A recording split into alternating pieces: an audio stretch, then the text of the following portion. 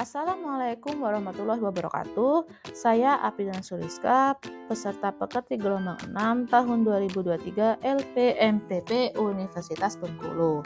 Pada pertemuan kali ini, saya akan menjelaskan konsep dasar algoritma pemrograman mata kuliah algoritma pemrograman. Untuk ringkasan dan sasaran materi.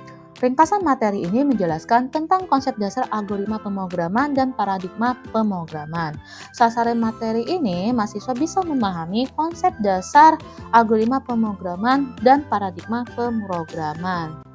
Nah, dilihat dari ilustrasi gambar ini ada logika, terus dilanjutkan ke algoritma dan diterjemahkan ke dalam bahasa pemrograman dan dijadikan sebuah informasi yang bisa digunakan orang banyak.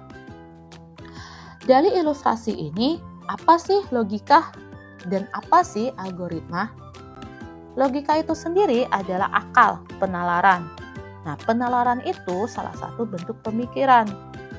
Nah, pemikiran pengetahuan yang tak langsung yang didasarkan pada pernyataan bisa benar dan bisa salah. Nah, logika ini adalah ilmu yang memberikan prinsip-prinsip yang harus diikuti agar dapat berpikir valid menurut aturan yang berlaku. Atau menurut bahasa Yunani, logika, logos yang artinya ilmu. Jadi ilmu yang mengajarkan cara berpikir untuk melakukan kegiatan dengan tujuan tertentu. Nah, untuk algoritma itu sendiri apa sih gitu?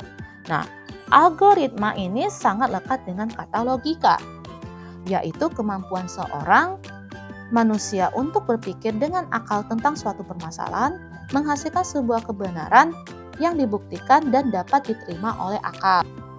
Algoritma berasal dari nama seorang ilmuwan Arab yang bernama Abdul Ja'far Muhammad Ibnu Musa Al-Khwarizmi, penulis buku yang berjudul Al-Jabal wal Kubabala.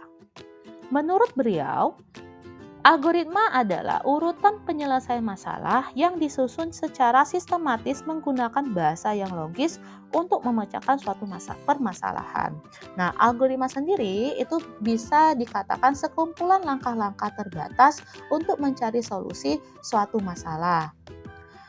Nah, untuk algoritma ini bisa didefinisikan sebagai metode terdiri dari langkah-langkah terstruktur untuk mencari solusi suatu masalah dengan bantuan komputer.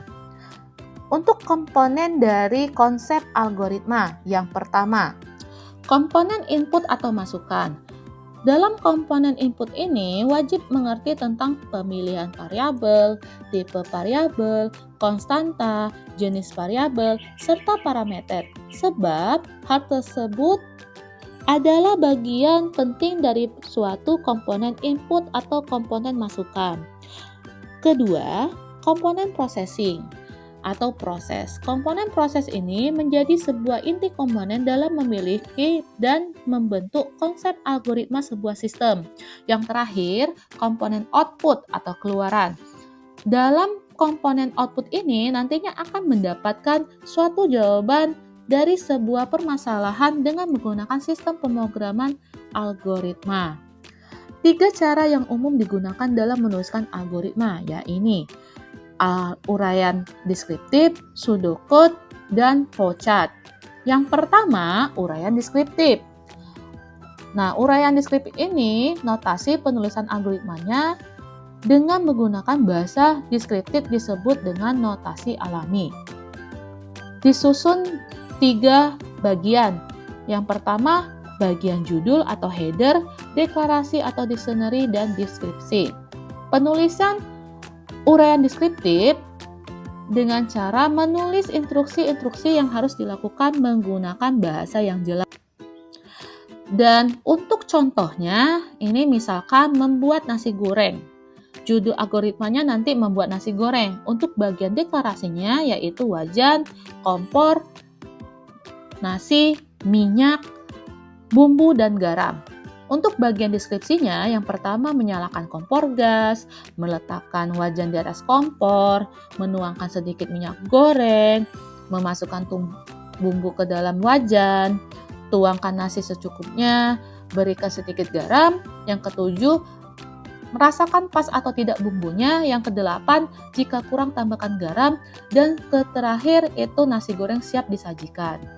Nah, untuk penulisan yang ketiga, yaitu pseudocode atau kode semu. Notasi yang menyerupai notasi pemrograman tingkat tinggi.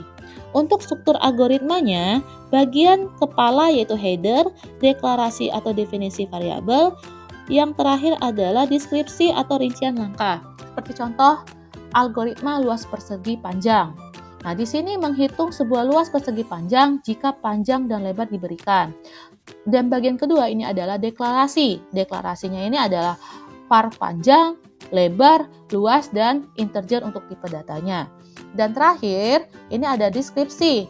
Panjang itu nilainya 6, lebar nilainya 2, luas itu panjang kali lebar, dan untuk outputnya itu menggunakan kata write. Nah, ini adalah penulisan terakhir adalah flowchart diagram alir. Flowchart itu adalah merupakan suatu penggambaran dari alur jalannya suatu program yang kita buat. Flowchart dibuat pada tahap perencanaan pemrograman. Fungsinya untuk mengevaluasi jalannya suatu program sebelum direalisasikan dalam bentuk sistem program atau sintak program. Di sini ada simbol-simbol flowchart, ada terminal. Terminal ini untuk permulaan atau akhir dari suatu program.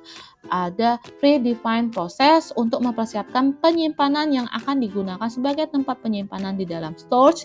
Terus ada input-output, menyatakan proses input dan output tanpa tergantung dengan jenis peralatannya. Ada proses untuk menunjukkan pengolahan yang dilakukan oleh komputer. Terus ada decision, kondisi yang akan menghasilkan beberapa kemungkinan jawaban. Predefined process menunjukkan ke proses lain. Arus atau flow menghubungkan antar prosedur proses. Terus ada konektor menyambungkan antar prosedur atau proses pada halaman yang sama. Dan terakhir ada offline konektor menyambungkan antar prosedur atau proses pada halaman yang berbeda. Untuk pedoman flowchart itu sendiri, yang pertama, flowchart sebaiknya digambarkan dari atas ke bawah dan dimulai dari bagian kiri suatu halaman. Yang kedua, kegiatan di dalam flowchart harus ditunjukkan dengan jelas. Yang ketiga, flowchart harus ditunjukkan dari mana kegiatan dimulai dan di mana akan berakhir. Yang keempat, masing-masing kegiatan di dalam flowchart sebaiknya menggunakan suatu kata yang mewakili suatu pekerjaan. Yang kelima, masing-masing kegiatan di dalam flowchart harus di dalam urutan tepat. Yang keenam, kegiatan terpotong dan akan disambungkan ke tempat lain harus ditunjukkan dengan jelas menggunakan simbol penghubung yang benar. Terakhir, gunakan simbol-simbol alir yang standar. Nah, ini adalah contoh menghitung luas persegi panjang dengan terminal mulai, terus ada proses untuk deklarasi variabel panjang, lebar, dan luas. Terus ada input-output untuk panjang dan lebarnya. Nanti ada proses lagi untuk luas sama dengan panjang kali lebar. Terus untuk hasil luasnya itu menggunakan proses input-output. Dan terakhir itu terminal selesai. Nah, di sini ada perbandingan antar algoritma, flowchart, dan pseudocode. Nah, untuk algoritma itu menggunakan bahasa tinggi atau biasanya bahasa Inggris. Dan flowchart menggunakan simbol berbentuk gambar. Untuk pseudocode menggunakan bahasa tingkat tinggi yang menyerupai kode pemrograman. Untuk algoritma tidak standar, kalau flowchart ini standar dan pseudocode belum standar. Dan untuk algoritma di sini mudah dibaca. Kalau flowchart mudah dimengerti. Dan pseudocode juga mudah dibaca. Nah, untuk algoritma ini tidak bisa langsung dibuat programnya. Kalau flowchart juga sama. Dan kalau pseudocode itu bisa langsung dibuat programnya.